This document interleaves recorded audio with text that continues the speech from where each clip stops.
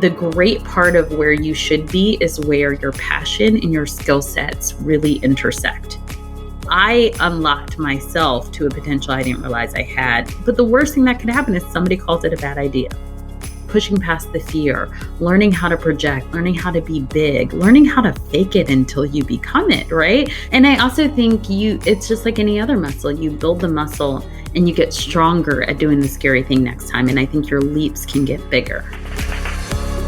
Welcome to The Art of Speaking Up, a podcast that helps professional women access the limitless potential that lies within them. I'm your host, Jessica Guzik, and my mission is to help you find that spark inside you that has the power to transform your career in ways you may not have thought possible. I'm so excited that you're here. And now, on to the show.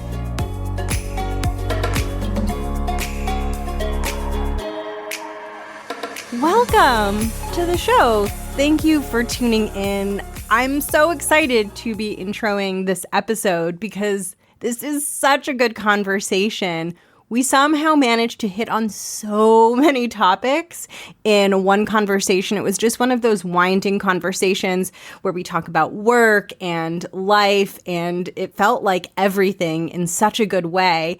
And one of my favorite things about this conversation is that there's so much good advice in here on how to take control of your career and really play more of a proactive role in driving yourself forward in terms of advancement and promotion and really getting yourself from point A to point B. And today's guest, Jeanette, who you'll hear more about in the conversation, is a marketing executive, and she really shares so much useful advice on exactly what to do to begin getting in the driver's seat when it comes to your professional growth. And something that made me so happy about this conversation that I think will also be helpful to you is it's not just a conversation on those steps and on the things that you do, but we talk a lot about fear, and we talk a lot about how doing these things can be really scary. Having a conversation with your manager about your professional growth can be really scary. And I think it's so important to talk about the places where we get scared and to normalize being afraid. And I especially want you to know that so many women feel afraid when it comes to taking these steps and when it comes to doing these bold things. And being afraid, I think, is very, very normal. And I know it's not fun, but I hope it's really helpful for you to hear us talk about the ways in which we've been afraid, so that if you ever feel afraid, or if the thought of being more proactive feels really, really scary and you're like, no, thank you. Like, I'll listen, but I'm not taking action. You're not alone. We've felt that, and you'll hear us chat about it. And I hope it opens you up to the possibility that maybe you can take some new steps, some scary steps that could have an enormously positive impact on your career. Jeanette is wonderful. She has her own podcast that she co-hosts. It's called Market Ready. You'll hear us talk about it in the conversation, and I'm also going to link it below in case you want to take a listen. It is a great show. I have been listening to it because I am transitioning into more of a marketing role right now, and her podcast is all about product marketing. And she's also a career coach. So she brings a lot of perspectives to the discussion around taking control of your career, which made it really enjoyable to talk with her and to listen back. And I hope you enjoy it. We recorded this conversation during Pride Month, right around Juneteenth, and at the very end, she shares some really powerful advice on how to effectively show up as an ally. So I hope you'll listen to the end. I think you will. I'm very certain you will, because this is a fantastic conversation. It flew by for me when I was going through it and getting it ready. And with that, let's meet Jeanette and let's get into the conversation. Enjoy. My name is Jeanette Jordan. I am a marketing and communications executive. I have been doing that now for 11 years. And then additionally, I also do some career coaching around navigating career transitions, as well as I'm a podcaster. Fantastic. On this show, we talk a lot about early career struggles. Can you share some of yours? Yeah, I would say early career, and something I failed to mention is I'm a career changer. So I started my career in actual civil engineering and construction management. and I moved into business, and I've been in business for 11 years. So I would say early on moving into business, the thing that I really struggled with was navigating internal politics and how do you build those relationships and stakeholder management.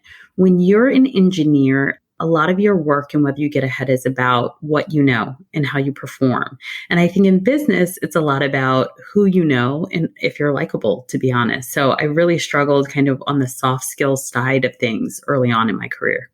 I love that you mentioned that transition of kind of being an output generator to being more of like an agile soft skills person, because I'm interested, if you experience this, but I think it's sort of like letting go of almost like the A student mentality and like Yeah. teacher's pet mentality, which like you think gets you ahead, but it actually is, for me, it's been different than that. I'd love to hear your perspective. It is so hard to let go of that. And I will say, I work in technology now, so I do think engineers still are measured on output, but for everybody else, I think your skill set is not highly as differentiated as you think. And so what I have found is people will train you what you need to know if you're likable and they see potential, so it's not about if you have the skill set. It's like, can I work with you is more of the question. Yeah. And for me, there's like an unlearning of the urge to produce more. Yeah. And it's tricky because I do think corporate culture does glorify busyness and we are very busy, but leading has very little to do with that. Yeah. I think it's about understanding people's personalities. And one of the things that I was so excited, even in my engineering career, one of the reasons why I made the switch, I went back to business school because I realized I was managing people. And I think so few things in school prepare us to manage people. I think when you learn to manage process like I did in engineering, you put in an input, you can expect the same output, right? And I think with people, they're all different types. You can do the same thing to different people and you don't know what you're going to get. So I think it's about learning kind of how to navigate relationships, learning how to start to be curious about what people are interested in, what they like, and using that to navigate the relationship and navigate the conversation, right? I think a lot about stakeholder management and getting what you want in the corporate setting has a lot to do with, do I understand who I'm talking to? Do I understand what they value? And am I positioning my ask in that way so that they will understand and aligning it with their values? And what's interesting is the pressure. There can be a pressure, I think, to be liked. And once you start to see the importance of stakeholder management, I know for me, there have been thoughts of, well, I feel awkward, I'm not confident. And then that would make me afraid that I wouldn't be able to excel in that area professionally. Could you speak to anyone who has thoughts of like, oh, great, I'm so awkward, I'm so shy, how like this is not good news for me? Well, I think it's about being different, right? I think about being likable is not necessarily agreeing or being the same. I think it's about letting your uniqueness shine through. And I think sometimes if you do feel like you're awkward or quirky, I think I'm awkward or quirky, right? And one of my favorite sayings is like, let your freak flag fly, but I think sometimes when you own it and you embrace it, you often find people really like you because that's the thing that they struggle to do is like embrace the parts of them that is not cool or that's not popular. And people really are impressed with you, I think, if you're able to do that and just like own, yeah, I'm awkward and it doesn't matter. That's who I am. And I'm going to celebrate it. Yeah, it takes a leap of faith, I think, because I know when I first started showing more of myself, it felt really scary. But then you do realize people do want to see your personality. And I think you sometimes have to give yourself like a little bit of a push and it might feel a little uncomfortable. But so for me, something that's been helpful is like taking it in small steps too. It's like, I don't need to tell you my whole life story, but can I make some little connection here? Yeah, it's interesting you say that. I often think about sharing and, there's a difference between, I think, authenticity and vulnerability, right? And so I think that's really important to underscore. Being too vulnerable too soon can create an uncomfortable situation for people, right? But you can always be authentic. And so how I like to think about it is like a newspaper. You know how you have like heading, subhead, story, and then like the actual like small print, right? I think that those levels are about vulnerability, but they can all be authentic. So for example, I am a mom, right? And if we're getting to know each other and we could go a layer down, I might tell you I am a single mom. And if we get to know each other and we go a layer down, I might tell you I'm a divorced single mom, right? And my close family and friends know what happened and why I'm divorced, right? I'm a mom is authentic, right? But there's different levels of vulnerability. So I think you just want to ease into how much you share, but you should always be authentic in your sharing.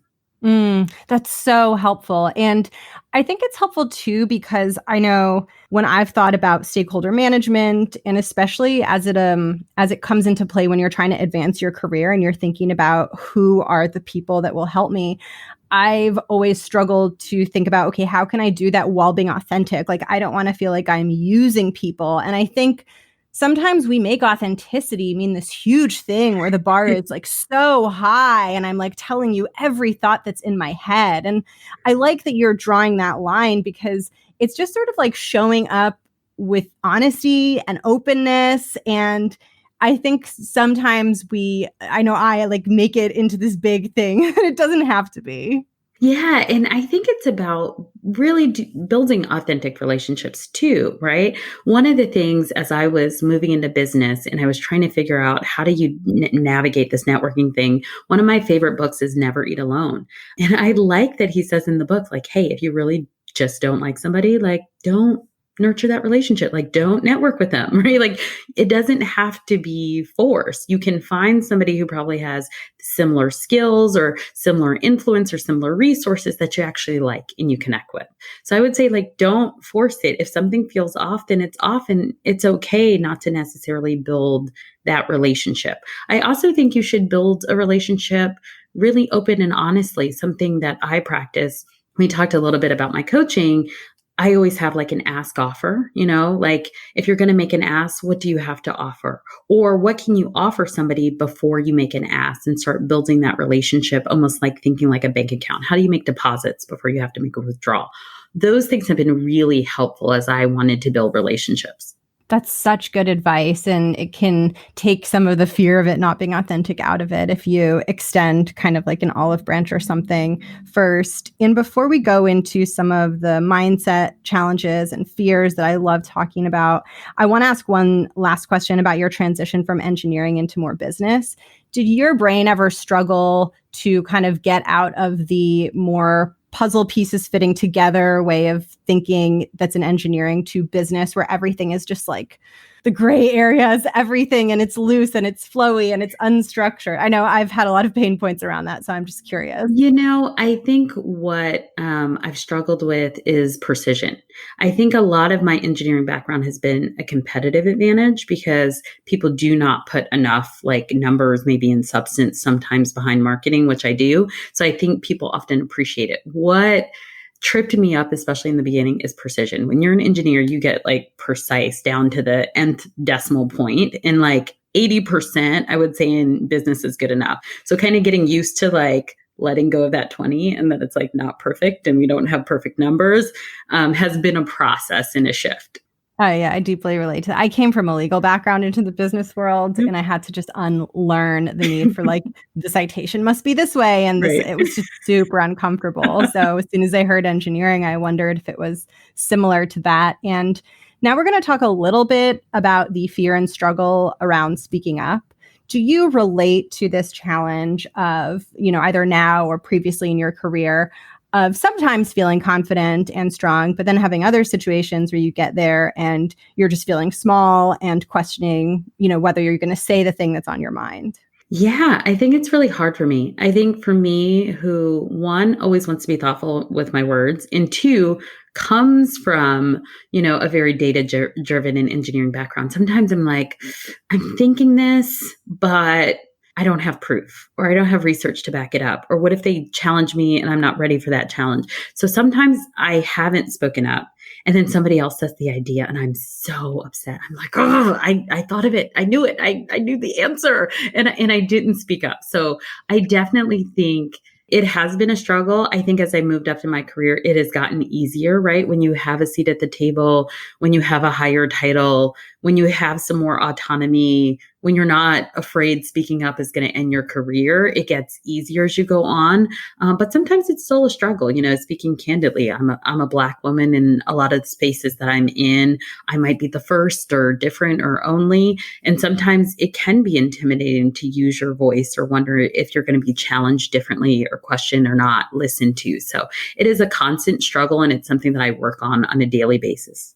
Is there anything you'd want to message to women who identify with that struggle? Yeah, I would say, keep practicing. I am somebody who I want you to be very cognizant if a space is safe, right? Sometimes I think we're afraid of speaking up, and that is our own imposter. But sometimes it's not, right? Sometimes it is actually not a healthy work environment. Sometimes it's a toxic environment. Sometimes people aren't kind. And so I do want you to read the room and start to trust your gut. Is it me holding me back because I'm afraid somebody's going to make fun of me? Or have I read the room correctly? And is this not a safe space to actually be vulnerable and share ideas? So I always want to keep that in mind, because I think sometimes when we introduce the concept of imposter, women in particular can overweight. I'm not speaking up because it's imposter. And sometimes it's like, no, this is actually a really mean, negative environment. And that's a good reason that you might not want to share or be more open. Did you have that discernment throughout your career, or was it something that you sort of built along the way? No, absolutely not. I would even say in the past few years, I have learned a tough lesson. Speaking really candidly, I burned out in my last role, and I am coming off of a sabbatical because I was running really hard in my career. I was moving up. I did it with 2 little kids. I mentioned that I'm divorced. And so I kept pushing and didn't take a break. And so I learned there were environments that I feel like I wasn't set up for success. And I was spending that whole time working with my mentors, working with my coaches, being like, why am I not winning? Why is the room not going the way I want? Why is the outcome not going the way I want? It's me, me, me, me, me. And I really had to have outside observers say, no, I don't actually think you have the resources you need. Or no, I'm not sure your boss is supporting you in the right way. I think that there's forces bigger than you that are contributing to the outcome here. And you have to see that. And that's tough, I think, as a type A individual. I think in some of our careers, you can find a lot of type A individuals that is always trying to take accountability. I was really starting to overweight that it was me. And there was forces bigger than me that were at play that were contributing to projects not being successful. And I think the beauty in that is once I learned that and stopped taking it personal, I was actually able to navigate those situations a little bit better. And can you speak to the contrast then of finding an environment where there is that safety, so that anyone who is identifying with what you're saying and thinking about how their environment could be problematic can also know that there is other stuff out there, versus feeling like you need to stay in a place because maybe it doesn't get better anywhere else? Yeah. So I would say I would pay attention to how are you treated and how is everybody else being treated, right? Understanding the discernment. Is it something specific to you, which means there might actually be a performance issue or something like that? Or are you seeing when anybody may make a suggestion, or any woman, because sometimes it's slated by people of color are treated differently or women are treated differently. When you're seeing more than you, offering ideas, offering good information, and they are being made fun of, or they are being cut down to size, or people are gossiping in the workplace, that's really unhealthy. And I would encourage you to reach out for external perspectives, people who've known you for years, to give you feedback and confide in them about the situation and say, did I read the room wrong? Is there something I could be doing more in my performance? Or do you think that there's something bigger going on? So I have, thankfully, some trusted mentors who have been with me since the beginning of my career, 6-7 years, who have seen me in different environments and who can really help give me that feedback and perspective on how I'm showing up in a room. And I want to talk a little bit about advocating for oneself, which I think will probably tie into this. But can you just speak to your experience of doing that and maybe talk about how it's evolved as your career has gone on? Yeah, I want to be really honest.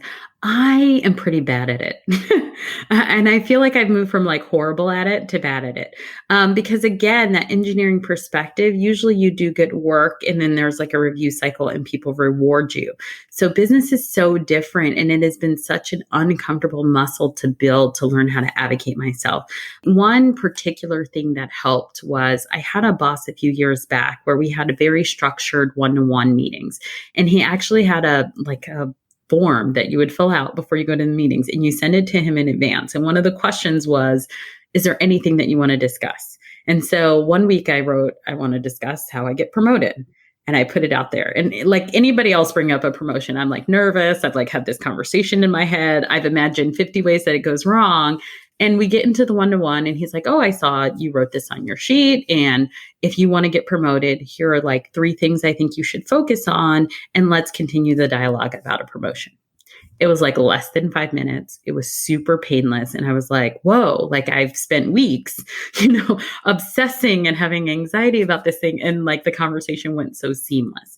And also as a hiring manager, I want to speak from that perspective that I think it's really important. And I did not realize how important it was until I became a hiring manager. Promotions take a long time, and often promotions have things called committees that are at work. It's more than just you as a hiring manager who's doing it. And so a lot of times, if you want to get promoted in June, you should be really starting that process in January, for example. You need to be put on key projects. You need to have presentations. You need to have visibility to other stakeholders that are going to be on that committee. And often these processes aren't transparent. Let's just call it what it is. They're not.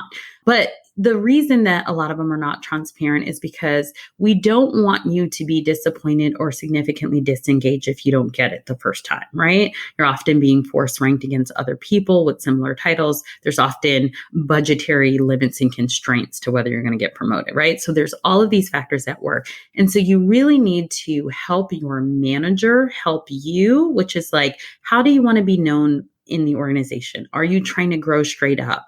Do you want to expand your scope and role? Like if I don't know exactly how you're interested in growing and what projects you want to take on, then I'm guessing. And that guess could be right or it could be wrong. And we could end up with you in a role that you don't really like. So advocating for yourself, think about it as just having input in the future direction of your career. And I think it's so important to do so. And it doesn't have to be harassing or nagging. I think sometimes people want to just, every time you have a conversation, well, I want to get promoted and I want to get promoted. I think that's not the right way to go about it. I think start early, have an honest, candid conversation with your hiring manager, and then take the feedback. Take the feedback seriously. If they said 3 things, I want you to be really diligent about working on those 3 things. Yeah, the crafting your own story thing is so important. And I too really struggled with this. Like I would have rather done a bajillion extra hours of work than had one 30-second. Like the 30-second conversation about my promotion felt so scary in my head that, I would have rather like done something way more painful. And so it can be really hard. And I like that you said, it's not just all about like promotion, because for people who feel a lot of fear or anxiety around that, I think another way to ease in if, someone's really afraid to just put it out there is you can just begin talking about your growth and start with the improvement areas first, and then segue into future conversations that are more directly about role. Like if someone's like, there is absolutely no way, I'm way too terrified. Of course, like I always encourage people to do the scary thing, but I think easing in could also work. I've had that work in other situations too. Yeah. And I also want you to understand, especially if it's not a first-time hiring manager, they know the signals, right? Growth, career development, career ladders. There's all of these trigger words where they've had these conversations before. So it's also, they're not new to it, even if you are. And so they'll start knowing where you're going. Yeah. When you were writing down, like, I want to talk about getting promoted for that one-on-one, like, do you remember what dialogue you were having in your head and how you got yourself to like hit enter or put the pen down?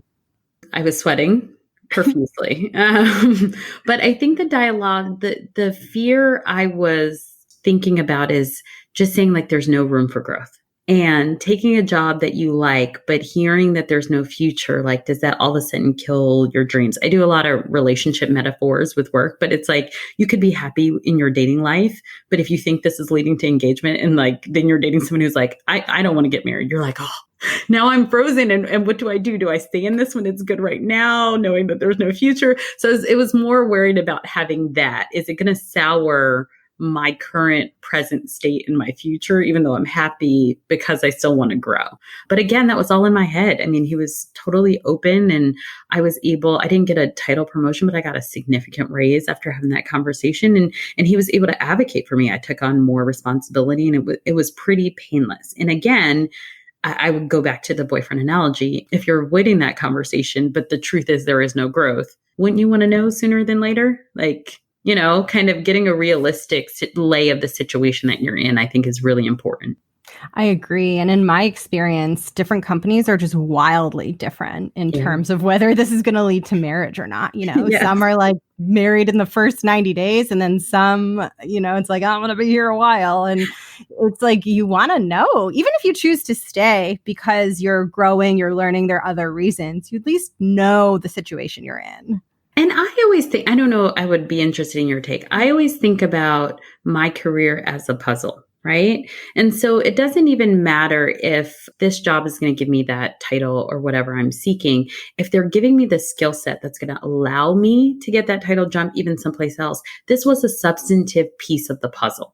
And that can be good and that can be really satisfying. So I always just want to encourage people, be in the driver's seat of your career, know where you want to go, and be actively looking at those aspirational job descriptions and making sure you're filling those gaps. So even when it's time to leave this current job, you say, hey, I've gained these 3 skills that I didn't have before. Now I am ready for that director, or I am ready for that VP level. Yeah, I totally agree with the puzzle. And I think it's so important because it helps you not get so focused on one thing and it helps you see the bigger picture. And even another puzzle piece could be, I don't want to be on high drive every single year after year. So maybe there's one puzzle piece that's like, I'm going to take a job that's a little easier, not fully stretched because I need a year or 2 of things being more low key. Like that, sure, like you're not growing a ton, you're not getting promoted, whatever, but that's like also part of your long-term puzzle, which is like, if I'm exhausted and drained, then this isn't going to work in my favor.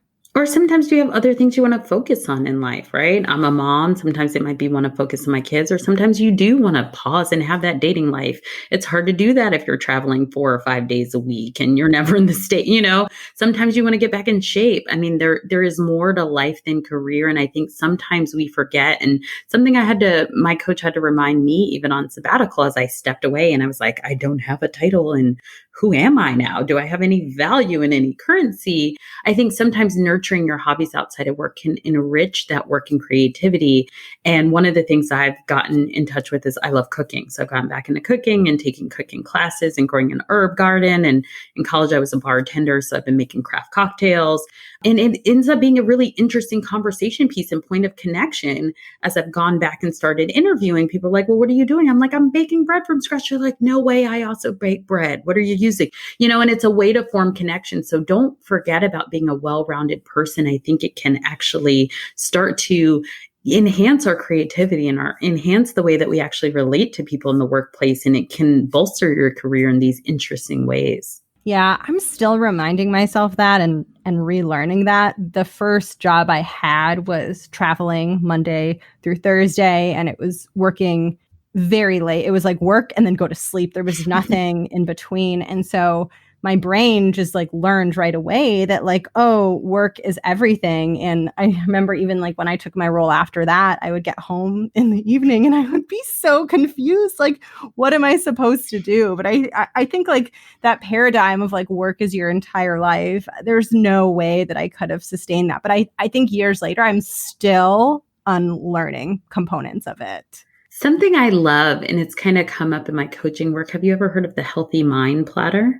No. Oh, yeah. So I should send it to you and you should link to it. So the Healthy Mind Platter just talks about different things that we can be doing, like focus time, physical time, time in and reflection, play time, right? It's how do you think about creating balance for yourself. And I think when you are a real career focused individual, thinking about the ways that you can do that. And one of the things I love about having kids is it really forces me out of the work bubble, right? Like sometimes I was telling somebody they just love running and jumping on my bed. And it's like this really silly thing. And the other day, my girls were like, come jump on the bed. And I was like, this seems so silly. But I was like, let me just do it. And I was like, oh my gosh, this is fun. So I can imagine if I'm half my size, how fun this is in just a small way to inject playtime. So I think, again, nurturing things, relationships, people, things are so much bigger than work. And we leave jobs, but we're connected to our family and friends forever. So you should really prioritize those things in the right way. Playtime is so underrated. And I would imagine, I don't have kids, but I would just imagine that they really bring that to the forefront and really like remind you of those parts of yourself. Because they don't understand the work thing, right? Like they're like, why are you on your computer all the time? Please put on this princess crown and now we're going to do spells. And you're like, Yeah, like that's so fun. Like I want to put on the princess crown. But you can. Like that is actually the thing. I think kids remind us of our childlike brains, but you also don't need kids or permission to do those things. I think reading The Year Yes, one of my friends gave me that book years ago, and Shonda Rhimes talk about like during the year, yes, like actually kids have a short attention span. And when her kids asked her to play, she was like, I'm just going to say yes. It actually usually doesn't last more than 10 minutes before they're on to something else, but that's important to them. So that's something I'm trying to embody, especially as I'm trying to get more life back into my work-life balance. Yeah, I agree. I hope, and I don't know, maybe we can be part of this or we should be part of this, but I also hope more of that play can come in at work. Yeah. You know, sometimes I don't want to appear to be too like weird or wacky because I'm a pretty odd person objectively, I think. But I just wish at work there was maybe a little bit more like we can be playful or we can laugh about it. Like sometimes it feels so heavy and serious. Well, that's just what I love about the tech industry. I do think we try to inject more play into our work than anything. One of the things I loved, one of the companies I work for, it's big in tech that all of your conference room has themes. And one of them was like childhood toys. And like you would have Legos or Mr. Potato Head. And I was like, I love these rooms because I'm like multitasking this really boring budget meeting while playing with kids' toys. So I do think tech, I'm happy to say, I do think we try to infuse more play, knowing that it helps with creativity, innovation into our work lives. A lot of us have game rooms and stuff like that we all have in the office that we kind of interject play into our everyday. And I think everybody should. Yeah, I hope corporate culture picks up some of those. They are slowly a bit, but they're not nearly as good at it as tech is, in my opinion.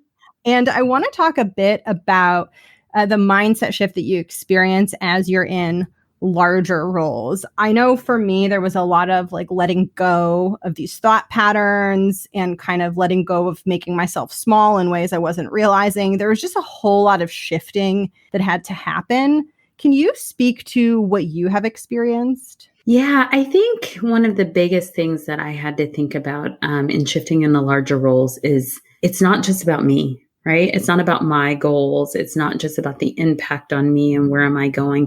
It was really starting to think bigger about the overarching company goals and how do I start to align myself or my team with those values? How do I start to talk in that language, have a broader, more strategic view versus, thinking about the 1 year, 2 year, 3 year and not thinking about the everyday and how you make an impact. We might quote unquote lose a battle or not get what we want in the everyday, but you have to think about what is the overall right thing for the direction of the company.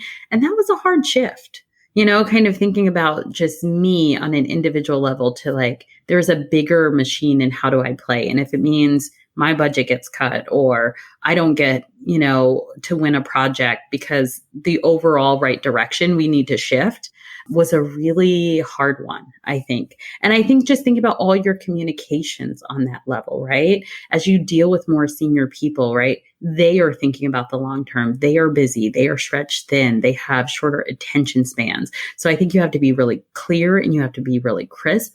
And I do think you have to work on that confidence, right? If they don't believe in what you're saying, it's going to be hard for them to pay attention to anything else. So I do think trying to get bigger, take up more space, not be afraid of being challenged. I think something else is like a lot of senior people challenge to challenge, right? Like they're not necessarily against your idea. They don't necessarily think you're wrong. They're really trying to gut check, did you think it out? And they don't necessarily even have another answer. They just throw out questions to see how well you're going to stand up against the question asking. And I used to always think like, oh, you have questions, you're against me. You don't think this is a good idea.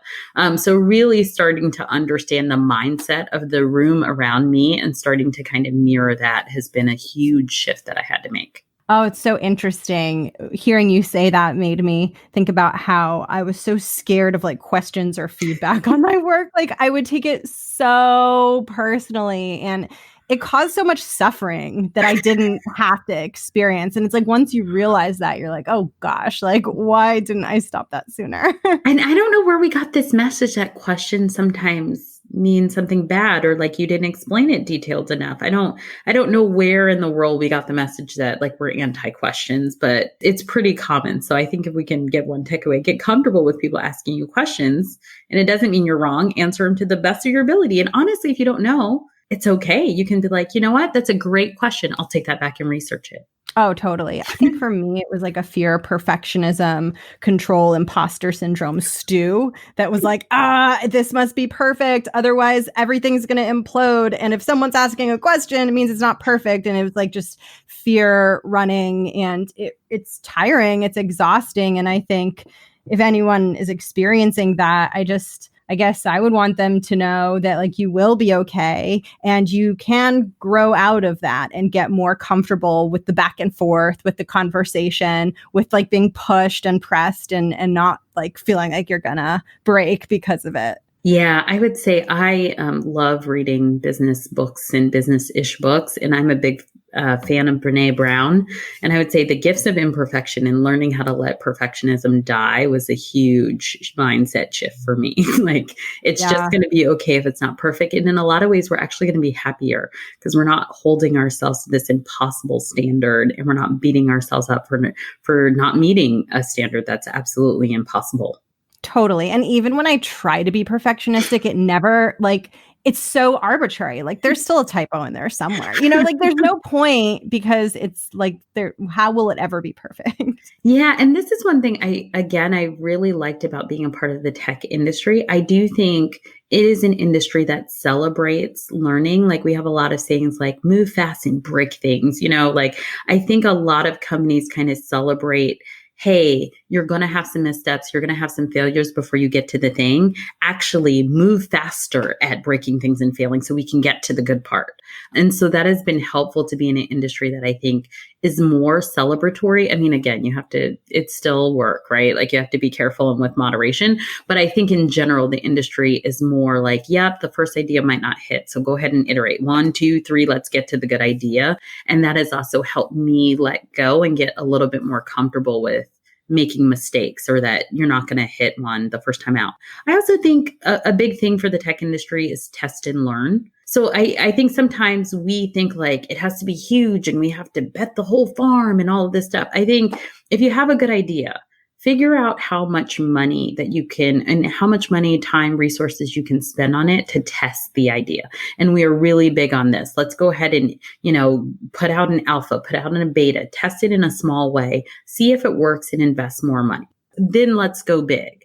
But think about it a little bit like gambling, like you wouldn't just go to Vegas and put your house on the line, right? Like you would say, here's my play money. And when I run out of play money, I stop. You should think about, I think, kind of new things and new bets in that same way. Allot some play money and then kind of test and learn along the way. One thing that I think is closely related to that I would love to get your thoughts on is this is also another thing that was pretty challenging for me is, so I used to be very reactive. I was like, okay, like you tell me to do something, I do it. And it felt so scary for me to generate a new idea or really like take that. I think of it as like an intellectual risk. Like I'm sharing this weird thing that's in my brain that I think might work. Can you speak to your experience of that and maybe just how you might encourage people to do that more? Yeah, it's terrifying. I think especially as a marketing and creative person, I mean, like the stereotype, like we are sensitive is true, and then it's like this little idea baby and you don't want anybody to call the baby ugly. Right? So I think it's hard. What I will say is I have typically worked at a lot of small and medium-sized companies. I have been the only person of color, Black person, Black woman, sometimes woman on my team. So I think that can really amplify feeling like sharing my ideas might be laughed out the room. I will say once I got more comfortable sharing them in these little ways, just like, I have an idea for this video or this campaign. I have surprised myself where they have turned into huge campaigns and initiatives that people loved. And I have come to realize that my fresh perspective is a unique differentiator. Like the fact that I am different is what I'm bringing to the table. And a lot of reasons why people hired me because they're trying to break out of doing the same old things. But I also like to go through a thought process of just what is the worst that can happen, right? And just thinking about like, okay, you fail. Somebody calls the idea bad. And what? What happened? Did it ruin your career? Is your money at risk? I think oftentimes we think something is so much bigger than it is. And it's been really helpful for me to either talk it through with friends or even sit down and journal, like, what is the worst thing that can happen? And then talk about, okay, if that happens, what's the worst thing that can happen? Okay, if that happens, what's the worst thing that can happen? And a lot of times you're like, okay, my feelings are going to be hurt for 2 days. That's not so bad. But what is the upside that can happen? I had an idea for a campaign about how we can use digital marketing to help our talent acquisition teams. And it turned from this really small campaign where we threw a couple $1,000s into it to like, they really expanded it. And there was like 5 different target audiences and it can save the company a whole bunch of money. And our CFO was like, hey, not only are you bringing in people in this really scalable way, you're probably like not even calculating your impact, right? And this is so much bigger than you think it is. So like the upside to like opening the company up to something that they could potentially productize, something that can save them money from hiring new people was huge, right? And I think I can even take that idea to other companies and really revolutionize the way that we're thinking about talent acquisition and marketing automation, right? So I unlocked myself to a potential I didn't realize I had, and unlocked the company to a new revenue stream that they didn't think they can have. But the worst thing that could happen is somebody calls it a bad idea. And if so, actually take the feedback and sit with it and say, okay, if it's not a good idea or it wouldn't work, how can I actually make it better? What is the missing piece? You might just need to iterate on the idea. So I think thinking about the upside versus the downside, a lot of times we realize it's not as bad as I think we have blown it up in our head to be. Oh, for sure. And just thinking from the perspective of like someone from my team, if they share an idea that we don't end up using, for me, it's still a favorable thing because that person has showed me A, how they think, and B, that they are proactively thinking. And that actually shapes my view of them and makes me think, okay, like I'm going to be able to put them on this project because I know that they're really thinking creatively in this way. And so I think even the times when like you feel like it's a flop and yeah, it doesn't feel good. I mean, I've had so many times where that's happened, but first of all, it's natural. I mean, if you're sharing these ideas, they're not all going to be a hit, I don't think. And it really does show people your thought process and your engagement. And I think that can give people confidence that you have leadership skills and that you can really take things to the next level because you're innovating and you're engaging and you're thinking not just at the level of like the immediate thing in front of you, but you're thinking, many levels above that. Yeah, I had an exercise in grad school. I took a negotiation class, and one of our exercises was get 10 no's. And so we had to spend a week and just ask people all of these different questions and try to get somebody to say no. They couldn't say like, not right now, maybe later. They had to say the word no. And I think an exercise like that, I think can be really good for one, you to start to practice and embrace hearing it. But two, the main thing that we learned, I actually like lowered the interest rate on my credit card and I got like free cable for a year. And I ended up getting all of this stuff that I expected somebody to say no to. But because I kept pushing for the no, a lot of people were like, hey, this is actually reasonable. Yeah, let's do it. So I think if you can just put yourself in a place where you have some fun with actually collecting no's to say like, hey, if I'm trying to be in an idea generation space or something like that, let me see how many times people can tell me no and make a game of it so that you can start to just really get comfortable with hearing no yourself and it won't feel so scary. Oh, yeah. And I mean, for me, it's still scary, but then you remind yourself, you're like, no, it's not as scary as my brain is telling me it is. It's a little scary. This is scared. Like, I'm going to be self compassionate, but then I'm going to do it. Yeah.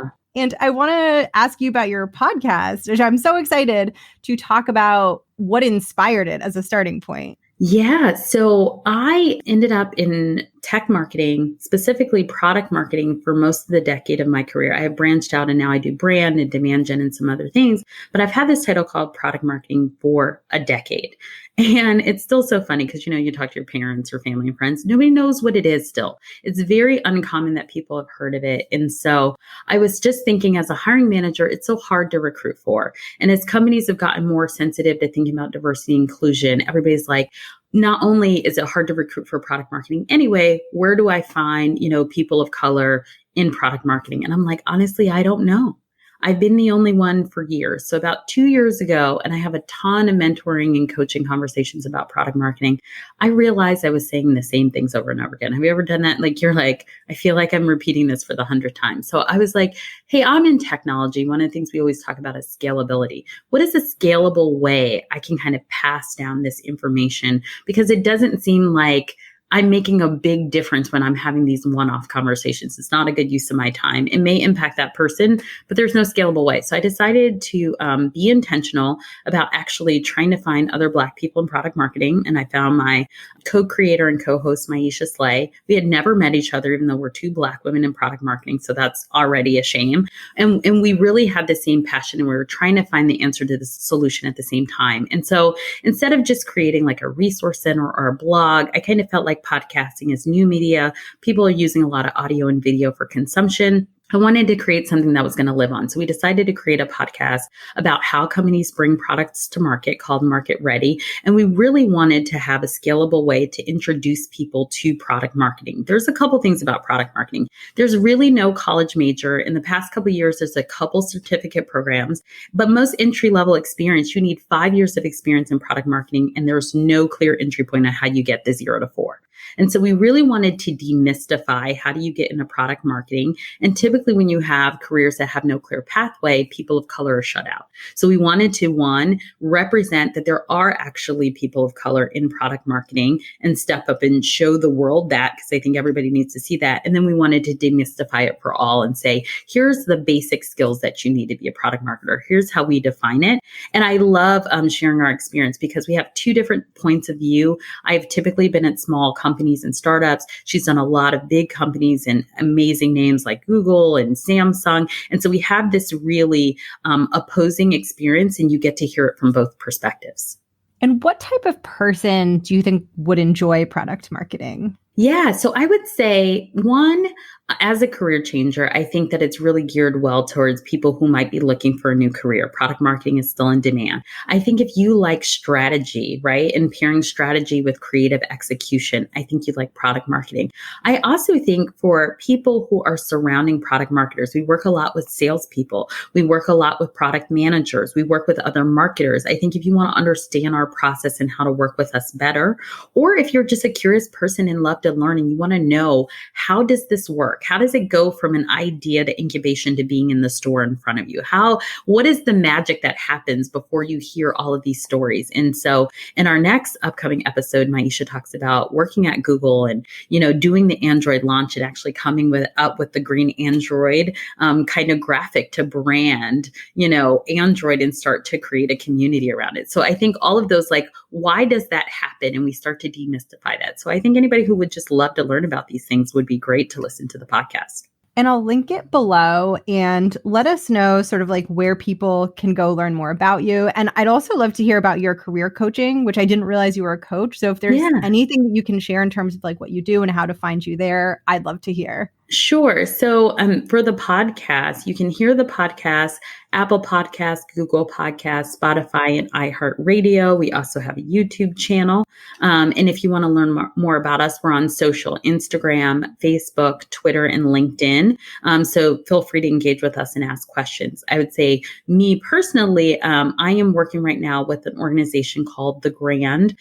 You can find them Instagram, Facebook, Twitter, the Grand community. They are interesting. I love this organization so much because they really talk about how people can get more vulnerable and ask like life's hardest questions, like what is standing in the way from you pursuing the job that you want.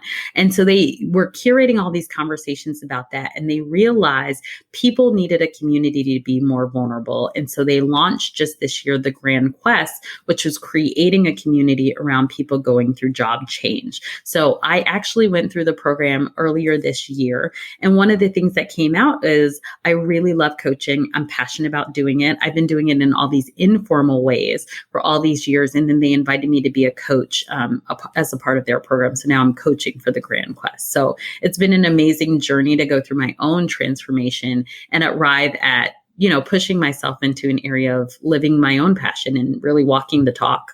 And can you speak to someone who, as you're saying that, might be thinking, oh, a career transition sounds appealing, but like that would never work. That sounds so hard. Where would I even start?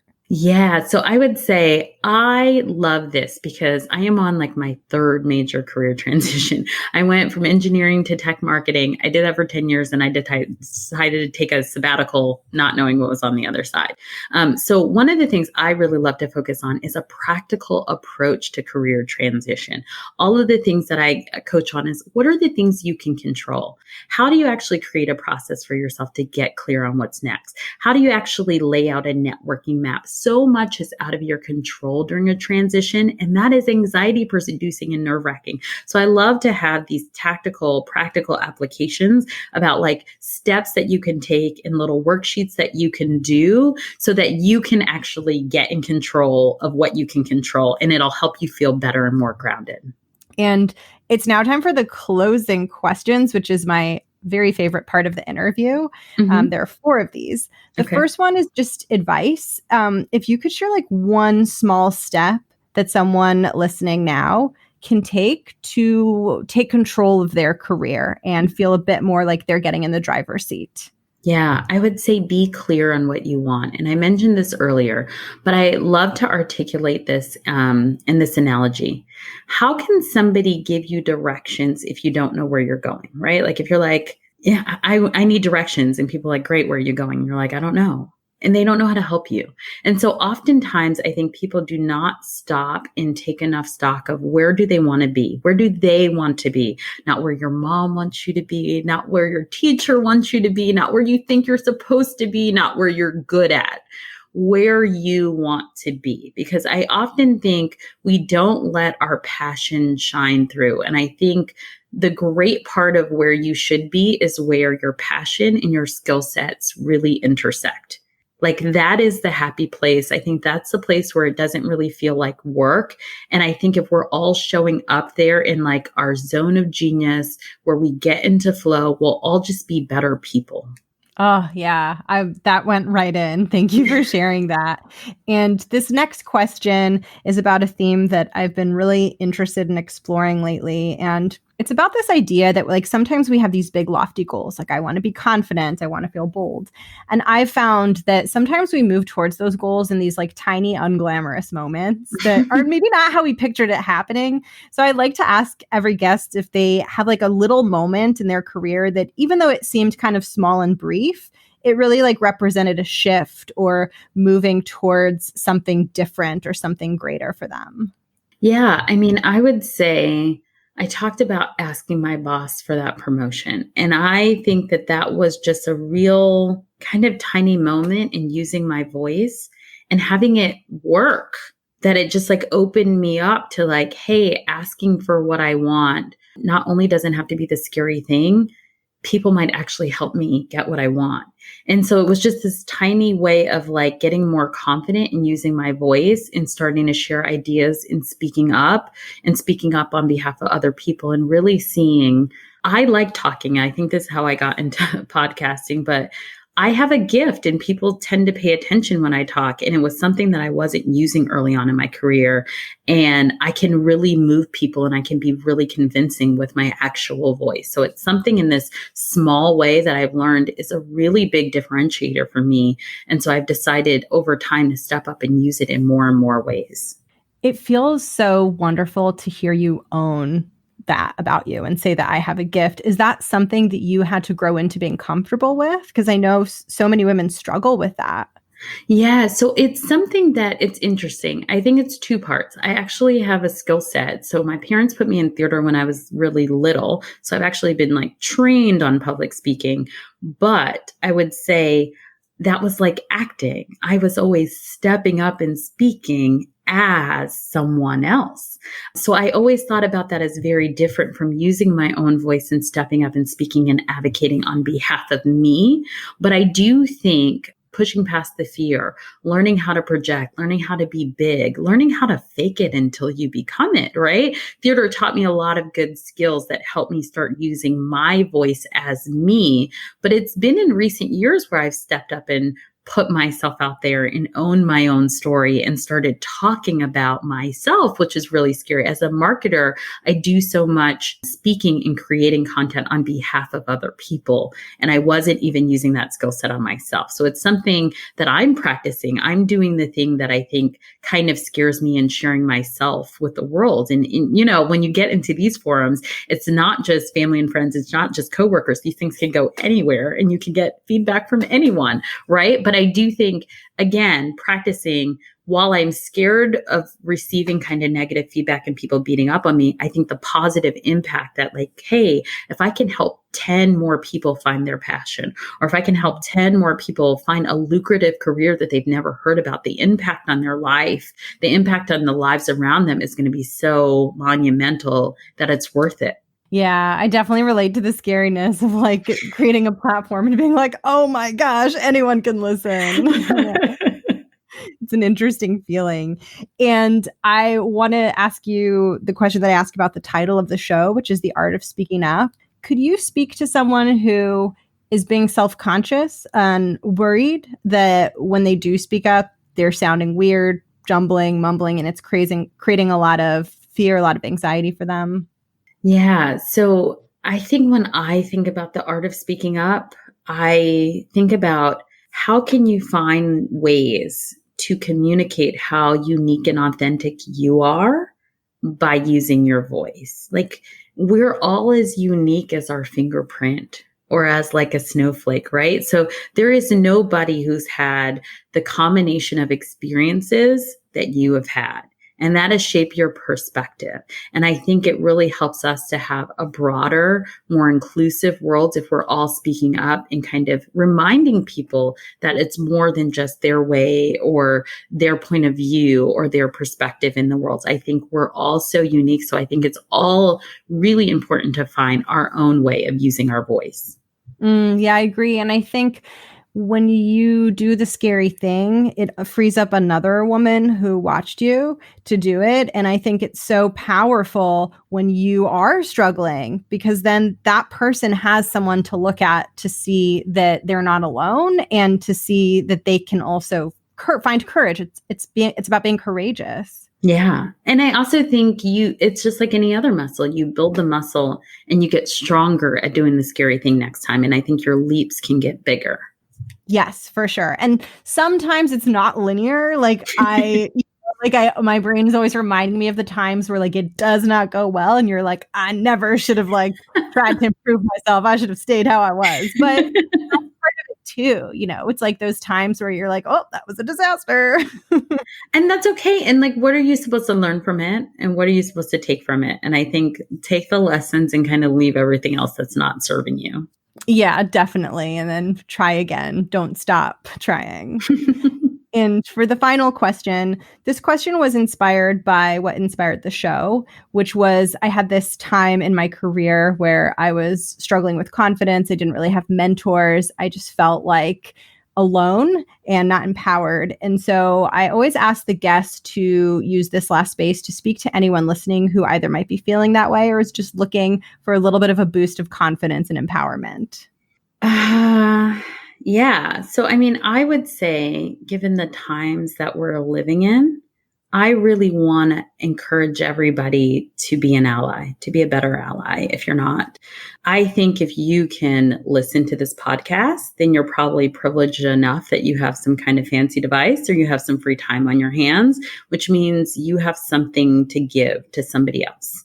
And so I really want to encourage people in some specific ways about how they can be a better ally.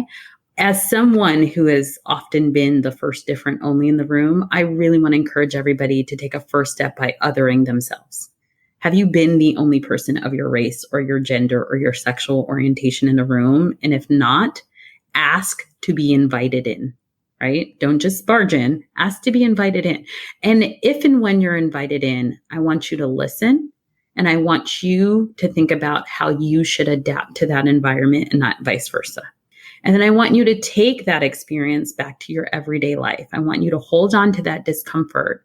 And I want you to pay attention to people who in your everyday life might be the first, different, only, weird one, sticking out, oddball. And I want you to be a better ally to that person. I really think that can make a difference. And given all that is happening, it's Pride Month, everything that's happening with Black Lives Matter, we just are on the cusp of celebrating Juneteenth. I really want people to think about ways that they can open up their network and resources. When is the last time you mentored somebody that looked different from you, or tried to give them a job, or help connect them with your network? I want us to think about supporting underrepresented business owners. Think about how you do that in your everyday life, but also think about how you do that in your corporate life. What are your corporate suppliers and vendors looking like? How diverse are they? When is the last time you tried to look at how many women-owned business or people of color-owned businesses have contracts? And I also want, in a final way, for you to think about your own professional services and the people that you patron. Doctors, lawyers, personal trainers, financial service professionals. How diverse are they? How can you start to open up your network, your resources, the way you spend your money in all of these different ways? And if you're not doing it, ask yourself why, and challenge the notion that somehow different is less quality. So that is the piece of advice. I think we all need to get to a place where we are seeing each other's humanity and we are supporting each other on a different level than we have historically been doing it. And I think that's how we start to create a better world. Thank you so much, Jeanette. This has been a pleasure. Thank you so much for having me. Thank you so much for tuning in. I hope you loved this as much as I did. There were so many good nuggets in here, so many pearls of wisdom, so many helpful reminders, and I hope you felt that way too, and I hope you enjoyed it as much as I enjoyed having the conversation and listening back to it. I'm going to link Jeanette's information below. I'm going to put a link to her podcast, Market Ready, and I'll also put a link to get in touch with her in case you want to reach out. And I want to thank you so much for tuning in and for listening to the show and for supporting the show. I appreciate it so much. Please feel free to say hi to me. I love it when you reach out. Please don't be shy. It literally makes my day to hear from you. So if you want to say hi, I'll put my information below in the show notes. I've been welcoming more and more women into the Facebook group. So if you want to join us and have more of a discussion and a dialogue, please feel free to join. I will also link that below. And I just wanted to thank you for tuning in. And I wanted to remind you that you can do scary things and that you don't have to do scary things. But if you want to do scary things, you can, even though they are quite scary. And yeah, it's never easy, but then once you do them, it's really special and it feels really special. And I think it creates something really special between you and yourself. So that's what I'll leave you with. I hope you're doing so well. It's a joy to be talking to you. And I hope you have a fantastic week. Oh, And I have a surprise coming next week. I'm so excited. Can you tell I'm excited? I'm sharing a special surprise next week in next week's episode that I've been working on, and I can't wait. I'll give you a hint. It has to do with the topic of assertiveness, which is it's been a huge struggle for me. And well, I'm not giving away the surprise, but I had a lot to say about assertiveness and I began to write about it. And so I'm sharing a little something that I've been working on, and you'll hear about it in next week's episode. All right. Now it's really the end, for real this time. Thank you for tuning in. Thank you, Jeanette. This was a fantastic conversation. And all right, I'll catch you next week. Bye.